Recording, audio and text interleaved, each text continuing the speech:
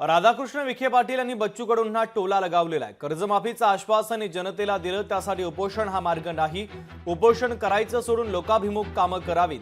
बच्चू कडूंना राधाकृष्ण विखे पाटलांनी आता सल्ला देखील दिलेला आहे।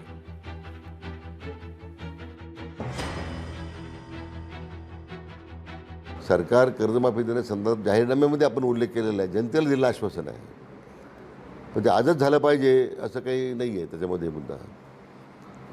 पण त्यासाठी उपोषण हा काही मार्ग नाही आहे। आपण आज 42 लाख शेतकऱ्यांचं वीज बिल माफ केलं आहे, मोफत वीज बिल दिलं आहे। असं काही नाही की आपण आश्वासन दिलं आणि आपण पाठीमागे वळलेलो आहे। मला वाटतं बच्चू कडू हे त्या सरकारमध्ये एक मंत्री म्हणून राहिलेले आहेत, आमदार राहिलेले आहेत। आज त्यांचा पराभव झाला विधानसभा निवडणुकीत, त्याचं त्यांनी शल्य असेल मला माहीत नाही। परंतु मला वाटतं त्यांनीसुद्धा आता अधिक लोकाभिमुख काम करण्यासाठी वेळ खर्चित करावा उपोषण करण्यापेक्षा। त्यांच्याबद्दल मला सहानुभूती, माझे मित्र आहेत ते, मला त्यांना सल्ला आहे की उपोषण सोडून द्यावं। सरकारची भूमिका अतिशय स्पष्ट आहे, त्यात कुठलंही सरकार मागे जाण्याचा प्रश्न नाही। आज 2000 आत्महत्या झाल्या।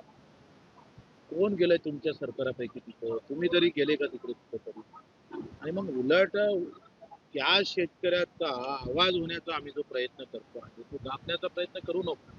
तुम्ही तुमच्या पवरा साखर कारखान्यामध्ये 3400 रुपये हमी भाव जाहीर केला सरकारनं। तुम्ही 3000 रुपये भावानं खरेदी करताय।